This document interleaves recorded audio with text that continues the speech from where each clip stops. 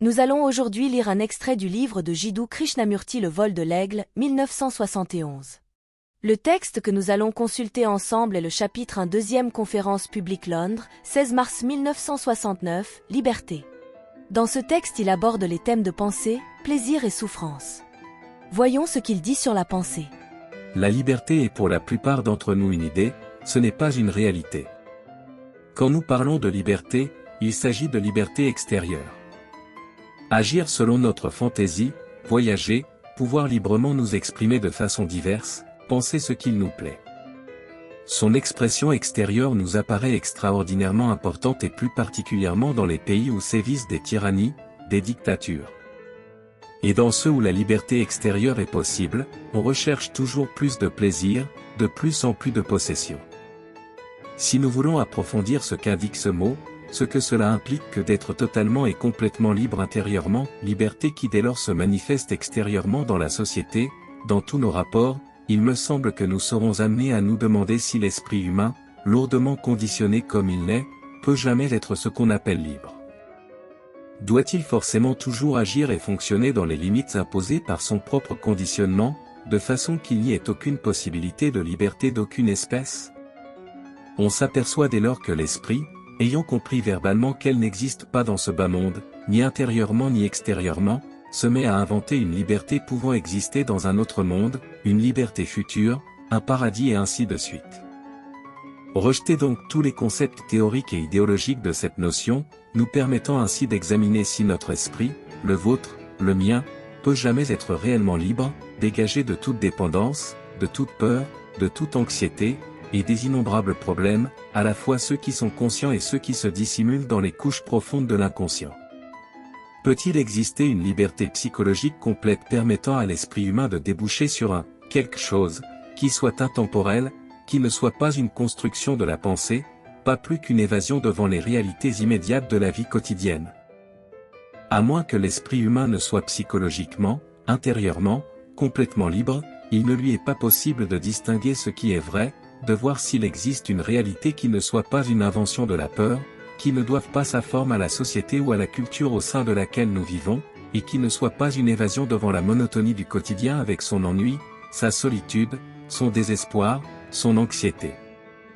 Pour découvrir si une telle liberté existe véritablement, il nous faut prendre conscience de notre conditionnement, des problèmes, de la monotone superficialité, de notre carence, de l'insuffisance de notre vie quotidienne et au-dessus de tout, il nous faut prendre conscience de la peur. Cette prise de conscience ne doit procéder ni par introspection ni par analyse, il s'agit de nous sentir nous-mêmes avec lucidité, tels que nous sommes, et de voir s'il nous est le moins du monde possible d'être complètement affranchis de toutes ces questions qui paraissent encombrer notre esprit. Pour regarder comme nous allons le faire, il faut qu'existe cette liberté, non pas à la fin de l'enquête, mais dès le premier pas. Faute d'être libre on ne peut explorer, examiner, sonder. Pour qu'il y ait pénétration profonde, il faut qu'il y ait non seulement liberté mais encore la discipline nécessaire à toute observation. La liberté et la discipline vont de pair, mais il ne faut pas se discipliner dans le but d'être libre. Nous prenons ce mot, discipline, non pas dans son sens traditionnel et courant, autrement dit se conformer, imiter, supprimer, suivre un modèle établi. Nous entendons plutôt indiquer par là le sens du radical dissert que l'on trouve dans le mot « apprendre ». Apprendre et être libre vont de pair, la liberté entraînant sa propre discipline, une discipline qui n'est pas imposée par l'esprit dans le but d'obtenir un certain résultat. Voilà deux choses qui sont essentielles, la liberté et l'action d'apprendre. On ne peut pas l'apprendre à se connaître à moins d'être sans entrave, cette liberté nous permettant d'observer, non pas conformément à un modèle, à une formule ou à un concept, mais d'observer en toute réalité, tel que l'on est. Une telle observation, une telle perception, une telle vision entraînent leur propre discipline, leur propre façon d'apprendre. Il ne s'y trouve aucun conformisme, aucune imitation, aucune suppression, aucun contrôle d'aucune sorte.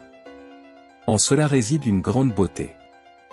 Nos esprits sont conditionnés, fait l'évident, conditionnés par une certaine culture, une certaine société, influencés par des impressions diverses, des tensions, des tirages dans nos rapports, par des facteurs économiques, éducatif ou encore par le climat, le conformisme religieux et ainsi de suite.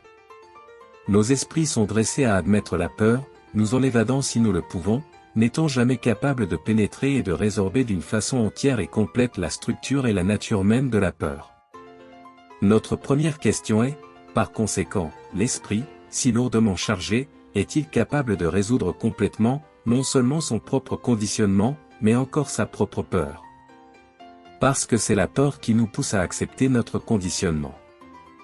Ne vous contentez pas d'emmagasiner une accumulation de paroles et d'idées lesquelles sont en réalité sans aucune valeur, mais par l'acte même d'écouter, d'observer les divers états de votre esprit, à la fois verbalement et non verbalement, demandez-vous tout simplement si l'esprit peut jamais être affranchi de la peur, ne l'acceptant pas, ne la fuyant pas, ne se disant pas.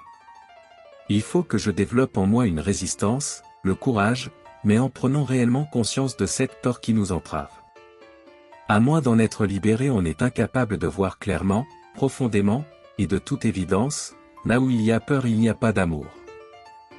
Donc, l'esprit peut-il jamais être réellement dégagé de toute peur? Il me semble que c'est là, pour toute personne d'esprit sérieux, une des questions primordiales et essentielles qui doit être posée et qui doit être résolue. Il y a des peurs physiques et des peurs psychologiques, la peur de la souffrance physique et son aspect psychologique, le souvenir d'avoir éprouvé une telle souffrance dans le passé avec, en plus, la crainte de la voir se reproduire dans l'avenir, et puis encore, la peur de la vieillesse, de la mort, de l'insécurité physique, du lendemain incertain, la peur d'être un raté, de ne jamais aboutir, de ne pas devenir quelqu'un. Dans ce monde plutôt lamentable, peur de destruction, de solitude. De ne pas pouvoir aimer, de n'être pas aimé et ainsi de suite, les peurs conscientes aussi bien que celles qui sont inconscientes. L'esprit peut-il être totalement affranchi de tout ce fardeau?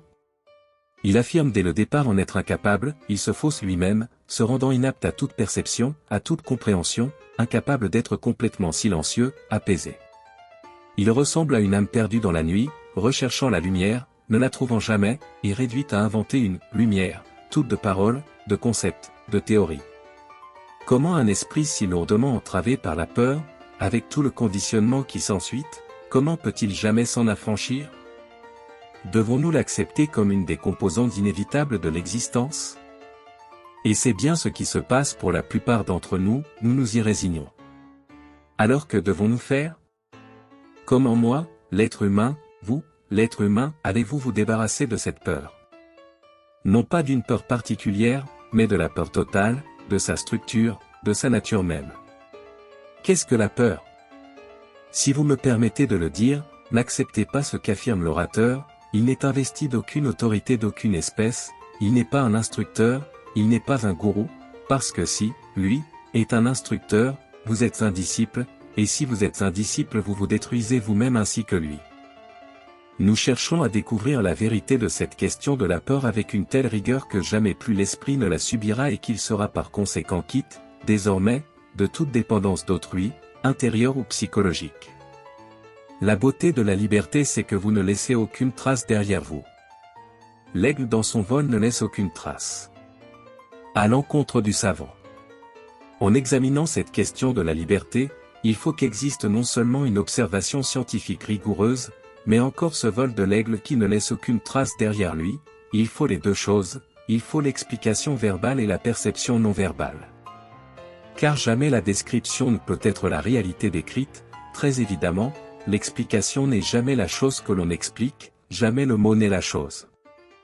Si tout ceci est limpide nous pouvons avancer, nous pouvons découvrir par et pour nous-mêmes, et non pas grâce à l'orateur, aux paroles qu'il prononce, aux idées, aux pensées qu'il émet, si l'esprit peut jamais être complètement libéré de la peur.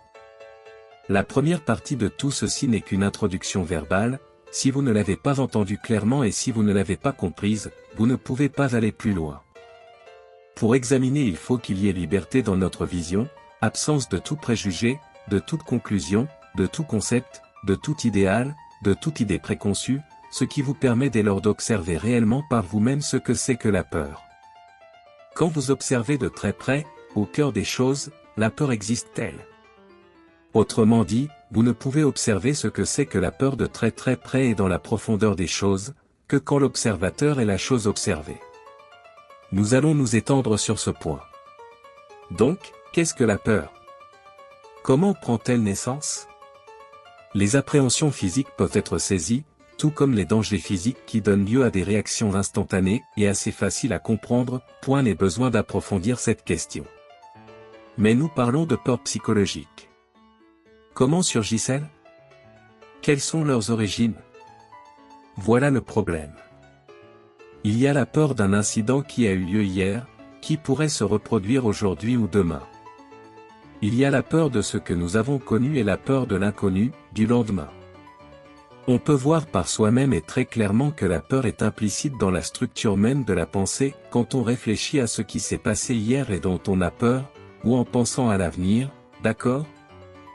La pensée donne naissance à la crainte, n'est-il pas vrai? S'il vous plaît, il faut que nous en soyons tout à fait rassurés, n'acceptez pas ce que dit l'orateur, soyez absolument certains en vous-même, certains de ceci, que la pensée donne naissance à la peur. En réfléchissant à la souffrance psychologique que l'on a éprouvée jadis et ne désirant pas la voir se répéter, ne désirant pas revoir surgir cette chose, pensant à tout cela, on voit naître la crainte. Pouvons-nous continuer? Parce que faute de voir ce point très clairement nous ne pourrons pas aller plus avant. La pensée, dans l'appréhension ou d'un incident, d'une expérience, d'un état qui s'est accompagné de danger, de trouble, de souffrance ou de douleur, la pensée donne naissance à la peur. Elle s'est assurée une certaine sécurité psychologique et se refuse à tout ce qui peut menacer cette sécurité, et ainsi tout élément de trouble est un danger et engendre par conséquent un état de peur. Krishnamurti te demande dans ce passage de regarder à l'intérieur de toi-même en te défaisant de ton conditionnement et de tes appréhensions sur ce qu'est la liberté pour pouvoir en saisir le sens réel. Ainsi nous pouvons voir que la liberté telle que nous la connaissons n'est qu'une invention de la pensée. Pensée qui elle-même résulte de notre peur, de notre envie d'évasion devant la monotonie de la vie quotidienne ou de notre insécurité psychologique. En allant en profondeur dans l'observation intérieure de nous-mêmes, nous comprendrons que la liberté est en fait le résultat de la discipline vers la connaissance de qui nous sommes réellement. Il continue le texte en nous parlant de plaisir et de souffrance. La peur est imputable à la pensée, il en est de même pour le plaisir. On a passé par une expérience agréable, la pensée s'y attarde et voudrait la voir se prolonger, quand ceci s'avère impossible il y a une résistance, un état de colère, de désespoir, d'affolement. Ainsi la pensée est responsable de la peur comme du plaisir, n'est-ce pas? Ce n'est pas ici une conclusion verbale ni une formule permettant d'éviter la peur. Répétons-le, là où il y a plaisir il y a souffrance, il y a la peur nourrie par la pensée, le plaisir accompagne la souffrance, ce sont deux choses indivisibles, et la pensée est responsable des deux. S'il n'y avait pas de lendemain, d'instant d'après, à quoi on pourrait penser, s'agissant de peur ou de plaisir, ni l'un ni l'autre n'existerait. Pouvons-nous aller plus loin? En tout ceci nous travaillons dans la patte du réel, ce n'est pas une idée, mais une chose que vous avez découverte et qui est par conséquent vraie, réelle, et vous avez le droit de dire, j'ai découvert que la pensée donne naissance à la fois au plaisir et à la peur. Vous avez éprouvé un plaisir sexuel, une jouissance, plus tard vous y pensez, évoquant des tableaux, l'imagerie du mental, et cette pensée même va renforcer ce plaisir qui, dès lors, fait partie du scénario de la pensée, et quand il se heurte à un obstacle il y a souffrance, anxiété, peur, jalousie, irritation, colère et brutalité. Nous ne disons pas que vous ne devez pas connaître le plaisir. La félicité n'est pas le plaisir, l'extase n'est pas une sécrétion de la pensée, c'est une chose entièrement autre. Vous ne pouvez rencontrer la félicité ou l'extase qu'après avoir compris la nature de la pensée, elle qui donne naissance à la fois au plaisir et à la peur. Alors on se pose la question, peut-on mettre fin à la pensée? Si celle-ci donne naissance à la peur et au plaisir, parce que là où il y a plaisir il y a forcément souffrance, chose évidente, on se demande alors, la pensée peut-elle prendre fin? Ce qui n'implique pas la fin de toute perception de beauté, de toute jouissance émanant de la beauté. On contemple la splendeur d'un nuage, d'un arbre, on en jouit totalement, complètement, mais quand la pensée aspire à passer par la même expérience le lendemain, à connaître à nouveau les délices qu'elle éprouva à la vision de ce nuage, de cet arbre, de cette fleur, d'un visage qu'éclaire la beauté, alors elle sollicite la déception, la souffrance, la peur, en même temps que le plaisir. Donc, la pensée peut-elle prendre fin? Ou bien est-ce là une question totalement fausse? C'est une question fausse parce que nous aspirons, comme on aspire au plaisir, à ressentir une extase, une félicité qui ne sont pas du domaine du plaisir. En mettant fin à la pensée, nous espérons découvrir quelque chose d'immense, qui ne soit né ni du plaisir ni de la peur. On se demande, quel est le rôle de la pensée dans notre vie? Et non pas comment mettre fin à la pensée? Mais quels sont les rapports existants entre la pensée et l'action, inaction? Quel rapport entre la pensée et l'action là où l'action est nécessaire? Et pourquoi là où il y a une jouissance complète de la beauté verrait-on la pensée jouer un rôle quelconque? En effet, si elle n'en jouait aucun, il n'y aurait pour cette jouissance, aucun lendemain. Je me propose de découvrir ceci. Quand il y a une jouissance complète de la beauté, d'une montagne, d'un visage, d'une nappe d'eau, pourquoi la pensée doit-elle intervenir pour lui donner un tour d'écrou supplémentaire et tout fausser en disant « Il me faut éprouver de nouveau ce plaisir demain ». J'ai à découvrir les rapports existants entre la pensée et l'action, à découvrir si la pensée doit nécessairement intervenir là où n'existe aucun besoin d'elle. J'aperçois un bel arbre dénudé de son feuillage, se détachant sur le ciel, il est extraordinairement beau et cela suffit, c'est fini. Et pourquoi la pensée intervient-elle pour dire, il faut que j'éprouve ce même plaisir demain? Mais je vois aussi que la pensée doit agir là où il y a action. L'habileté, le savoir-faire dans l'action est aussi habileté et savoir-faire dans la pensée. Quel est donc le rapport réel entre la pensée et l'action? Comme sont les choses, actuellement, nos actions sont toujours basées sur des concepts, des idées. J'ai une idée, un concept de ce qui devrait être fait et ce que je fais est, dès lors, une approximation tendant à me rapprocher de ce concept, de cette idée, de cet idéal. Il y a donc une division entre l'action et le concept, l'idéal, ce qui devrait être, et dans cette division prévaut un état de conflit. Toute division psychologique engendre forcément le conflit. Et je me demande, quel est le rapport entre la pensée et l'action? Dès l'instant où il existe une division entre l'action et l'idée, l'action est incomplète. Existe-t-il une action dans laquelle la pensée aperçoit quelque chose instantanément, agit instantanément de sorte que n'intervienne aucune idée, aucune idéologie donnant naissance à une action séparée? Existe-t-il une action où la perception même est action, où la pensée même est action? Je vois par exemple que la pensée donne naissance au plaisir et à la peur, je vois que là où il y a plaisir il y a souffrance et par conséquent résistance à la souffrance. Cela je le vois très clairement, et ici la vision même est une action immédiate, en voyant cela il y a pensée logique, pensée très claire, et pourtant cette vision est instantanée et l'action est instantanée, et par conséquent, on est libéré. Sommes-nous en communication les uns avec les autres? Avançons lentement, parce que tout ceci est assez difficile. Je vous en prie, ne dites pas oui avec tant de facilité. Si vous êtes en droit de dire oui, alors quand vous quitterez cette salle, vous devrez être libéré de la peur. Votre façon de dire oui est une pure et simple affirmation d'avoir compris verbalement, intellectuellement, c'est-à-dire rien qui vaille. Vous et moi-même ici ce matin examinons la question de la peur et quand vous quitterez cette salle vous devrez en être complètement affranchi. Signifiant que vous êtes dès lors un être humain libre, un être humain différent, complètement transformé, et ceci n'est pas pour demain, c'est pour tout de suite. Donc, vous voyez très clairement que la pensée engendre ces deux choses, vous voyez que toutes nos valeurs sont basées sur la peur et le plaisir moral, éthique, social et spirituel. Si vous percevez la vérité de tout ceci, et pour en voir la vérité il vous faut être extrêmement lucide, en éveil, logiquement, sainement, observant chaque frémissement de la pensée, alors cette perception même est une action totale et par conséquent quand vous quitterez cette salle vous en serez complètement sorti, autrement vous allez dire, comment vais-je m'affranchir de la peur demain? Dans l'action la pensée doit agir. Vous devez penser pour rentrer chez vous, pour prendre un autobus, un train, pour aller au bureau. Dans ces instants la pensée agit avec efficacité, objectivement et non pas d'un point de vue personnel ou émotif, et cette pensée est une chose vitale. Mais quand elle prolonge une expérience que vous avez connue, la reportant par l'action de la mémoire dans l'avenir, alors une telle action est incomplète, produisant certaines formes de résistance et ainsi de suite. Abordons dès lors la question suivante. Exprimons-la comme ceci. Quelle est l'origine de la pensée? Qui est le penseur?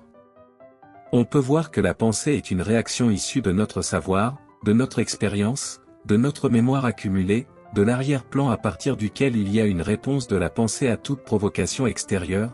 Si on vous demande où vous vivez, il y a une réaction immédiate. La mémoire, l'expérience, le savoir sont l'arrière-plan d'où surgit la pensée.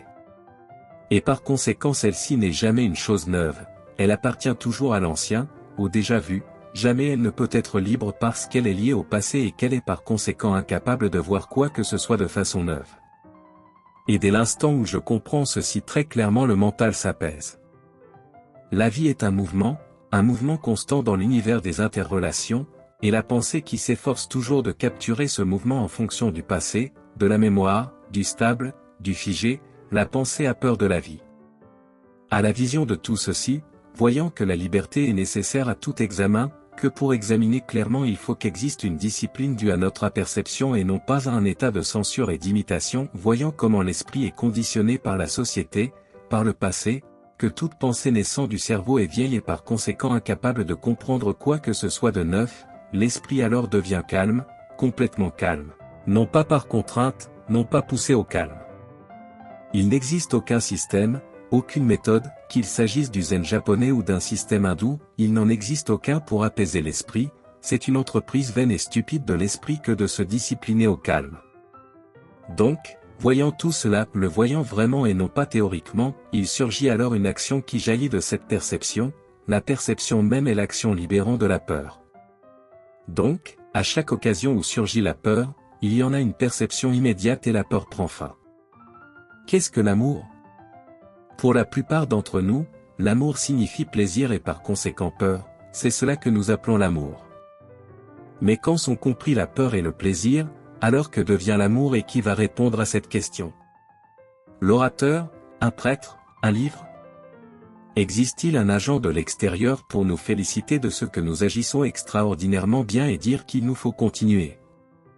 Ou n'est-ce pas plutôt qu'ayant examiné, observé, perçu hors de tout esprit d'analyse toute la structure, la nature du plaisir, de la peur et de la souffrance, nous nous apercevons que l'observateur, le penseur, fait partie de la pensée même. S'il n'y a pas de pensée, il n'y a pas de penseur, les deux sont inséparables, le penseur et la pensée. Il y a une certaine beauté, une certaine subtilité à le voir. Et dès lors, qu'est-il advenu de cet esprit qui voulait aborder la question de la peur ? Vous comprenez quel est maintenant l'état de cet esprit qui a passé par tout ceci ? Est-il le même que tout à l'heure avant d'avoir parcouru ce chemin ? Il a examiné tout ceci de très près, il a vu la nature de ce que nous appelons la pensée, la peur, le plaisir, tout cela il l'a vu, et maintenant quel est son état réel ? De toute évidence personne ne peut répondre à cette question que vous-même. Mais si véritablement vous l'avez vécu, vous vous apercevrez que l'esprit en est complètement transformé. Tel qu'il le dit, on peut tous voir que notre esprit a toujours cette envie de conserver par la pensée l'état produit par des expériences agréables, car cela nous procure du plaisir. Mais lorsque vient à nous des obstacles à cette pensée, jaillit au fond de nous la souffrance. La pensée est donc une réaction de la mémoire. Elle ne peut être libre car liée au passé, du coup elle est incapable de comprendre quelque chose de neuf. Il nous fait aussi comprendre que dans l'action, la pensée doit agir. Lorsqu'il y a division entre l'action et l'idée, cela engendre du conflit et génère une action incomplète. On peut aussi comprendre que le plaisir est différent de la félicité, en ceci que le plaisir engendre inévitablement la souffrance, or, la félicité découle de la compréhension de la nature de la pensée. Mais tout cela vous devez arriver à le voir par vous-même et non croire aux paroles de l'orateur comme vérité absolue. Nous allons désormais passer à la rubrique des questions-réponses. Question. La première question est incompréhensible. Réponse. C'est une des choses les plus faciles au monde que de poser une question. Il est probable que certains d'entre nous avons pensé à ce que serait notre question pendant que parlait l'orateur. Nous sommes plus préoccupés de poser notre question que d'écouter. Nous devons nous poser des questions non seulement ici mais partout. Mais poser une question juste a beaucoup plus d'importance que d'en recevoir la réponse. La solution d'un problème consiste à le comprendre, la question n'est pas en dehors du problème, elle est dans le problème même que l'on ne peut voir très clairement si l'on est obsédé par la solution, la réponse.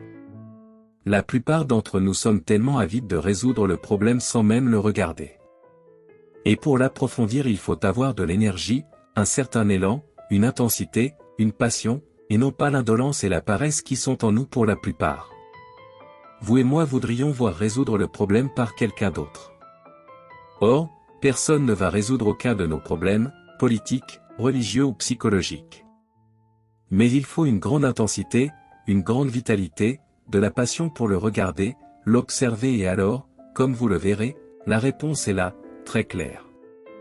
Cela ne signifie pas que vous devez vous abstenir de poser des questions, au contraire vous devez les poser, vous devez mettre en doute tout ce qui a été dit par tout le monde, l'orateur compris. Question. N'y a-t-il pas un certain danger d'introspection à scruter des problèmes personnels? Réponse. Pourquoi n'y aurait-il pas de danger? Quand on traverse la rue il y a un danger. Entendez-vous suggérer que parce qu'il peut être dangereux de regarder nous ne devons pas regarder?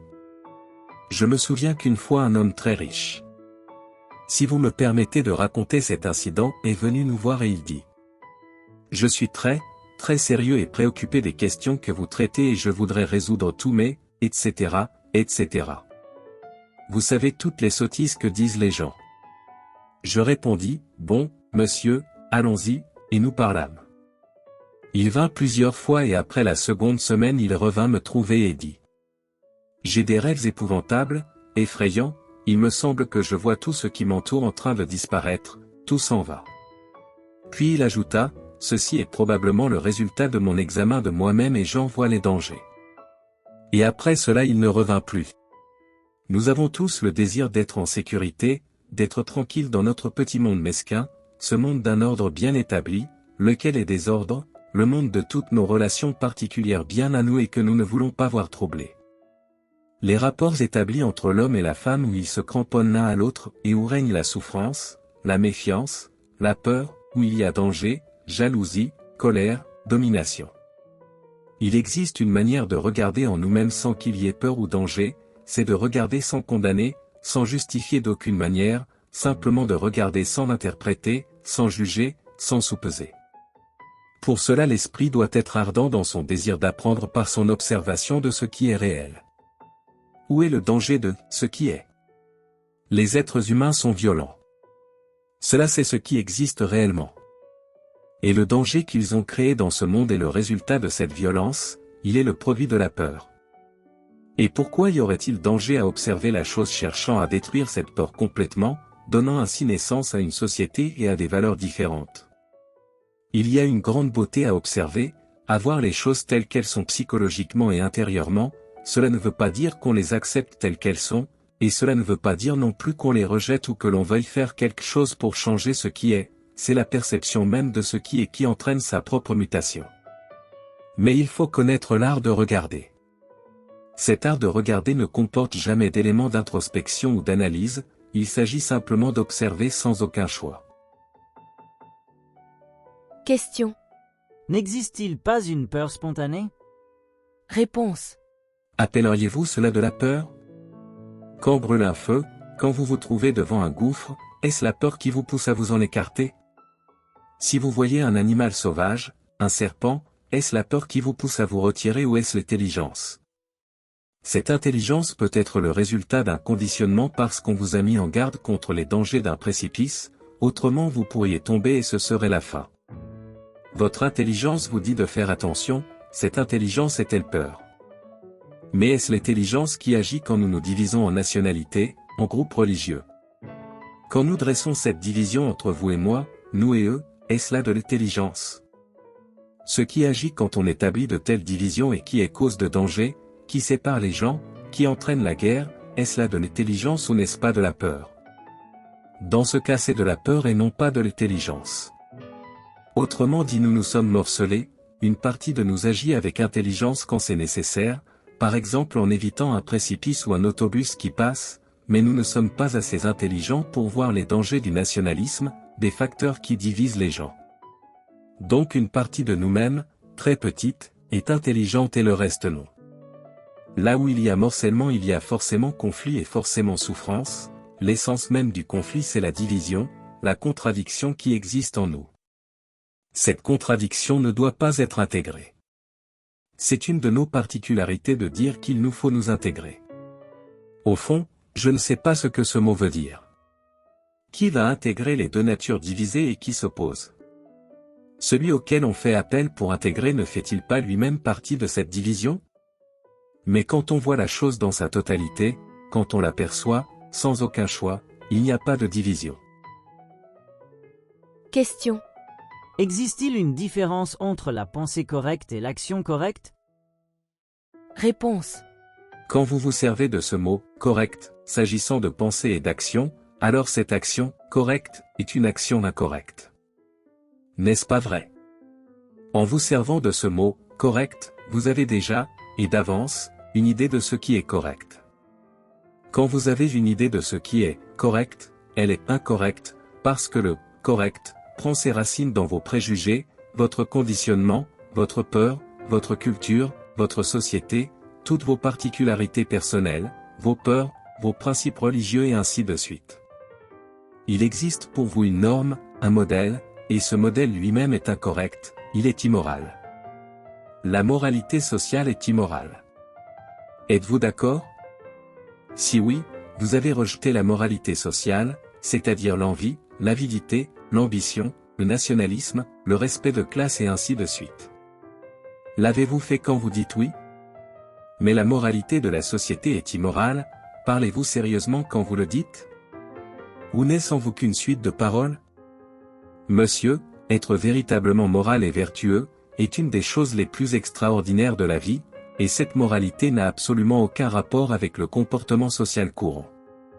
Pour être vraiment vertueux, il nous faut être libre et vous n'êtes pas libre si vous suivez la moralité sociale dictée par l'envie, l'avidité, la concurrence et l'adoration du succès. Vous savez, toutes ces choses prônées par l'Église et par la société dans le but d'être moral. Question. Devons-nous attendre que tout ceci arrive ou bien existe-t-il une discipline que nous puissions observer? Réponse. Nous faut-il une discipline pour nous rendre compte que la vision même est action? Le faut-il? Question. Voulez-vous nous parler de l'esprit silencieux? Résulte-t-il de la discipline ou non? Réponse. Voyez, monsieur, un soldat est sur le terrain de manœuvre, le dos droit, tenant son fusil avec la plus stricte exactitude, il est dressé jour après jour, pour lui plus de liberté. Il est immobile, muet. Est-ce là le silence, l'immobilité? Ou bien quand un enfant est absorbé par un jouet, est-ce là le silence? Enlevez le jouet et l'enfant redevient ce qu'il est vraiment. Donc la discipline. Je vous supplie, comprenez ceci une fois pour toutes, c'est tellement simple. Est-ce la discipline qui donne naissance au silence? Elle peut donner naissance à un état d'abrutissement, de stagnation, mais donne-t-elle naissance à ce silence qui comporte une intense activité dans le silence? Question. Monsieur, que voulez-vous que nous fassions nous autres qui vivons dans ce monde? Réponse. C'est très simple, monsieur, je ne veux rien, voilà le premier point. Le second le voici, vivez dans ce monde. La beauté de ce monde est si merveilleuse, c'est notre monde, notre terre sur laquelle nous existons, mais nous n'y vivons pas, nous sommes les trois, séparés les uns des autres, anxieux, apeurés et par conséquent nous ne vivons pas, nous sommes sans relation avec autrui, nous sommes des êtres humains isolés, désespérés. Nous ne savons pas ce que cela signifie que de vivre dans cette atmosphère d'extase et de félicité. Je dis que l'on ne peut vivre ainsi que quand on sait comment se libérer de toutes les absurdités et les sottises de notre vie. En être libéré n'est possible qu'en prenant conscience de nos rapports non seulement avec des êtres humains, mais avec les idées, la nature, avec tout ce qui nous entoure. C'est grâce à ces rapports que nous pouvons comprendre ce que nous sommes, ce que sont nos peurs, nos anxiétés, notre désespoir, notre solitude, notre total manque d'amour. Nous sommes bourrés de théories, de mots, de citations venant d'autrui. De soi-même on ne sait rien, et par conséquent on ne sait pas comment vivre. Question. Comment expliquez-vous les différents niveaux de conscience en fonction du cerveau humain? Le cerveau paraît être une chose physique, et l'esprit ne paraît pas être une chose physique.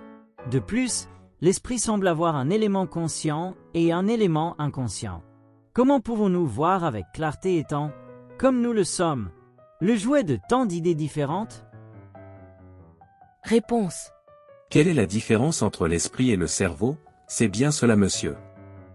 Le cerveau physique qui est le résultat du passé, de l'évolution, de la suite de jours innombrables, avec tous ses souvenirs et son savoir et ses expériences, ce cerveau ne fait-il pas partie de l'ensemble du mental? Ce mental où il y a un niveau conscient et un niveau inconscient. Le physique tout comme le non-physique, le psychologique, tout cela ne fait-il pas partie d'un tout? Et n'avons-nous pas nous-mêmes établi ces divisions, conscient et inconscient, cerveau et non-cerveau? Ne pouvons-nous pas regarder le tout comme un ensemble non fragmenté?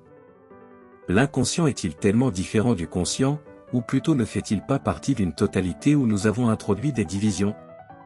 Et de là naît cette question, comment l'esprit conscient peut-il prendre conscience de l'inconscient? Le positif, autrement dit ce qui fonctionne, cette chose qui fonctionne toute la journée, est-il capable d'observer l'inconscient? Je ne sais pas si nous avons le temps d'approfondir cette question, n'êtes-vous pas fatigué? S'il vous plaît, messieurs, ne faites pas de tout ceci une distraction comme cela arrive quand on est assis dans une chambre agréablement tiède, en écoutant une voix qui parle. Il s'agit de choses très importantes et si vous avez travaillé comme vous avez dû le faire, vous devez être fatigué. Le cerveau ne peut pas observer plus d'une certaine quantité de choses et pour approfondir cette question de l'inconscient et du conscient il faut que l'esprit soit aigu et clair. Et je doute beaucoup qu'après une causerie d'1h30 vous en soyez capable. Donc, ne pouvons-nous pas, si vous êtes d'accord, remettre cette question à jeudi soir? Je vous remercie d'avoir écouté cette vidéo et je vous laisse continuer de méditer sur les thèmes abordés dans cette conférence. N'oubliez pas de vous abonner et de liker la vidéo pour ne manquer aucune de nos prochaines vidéos.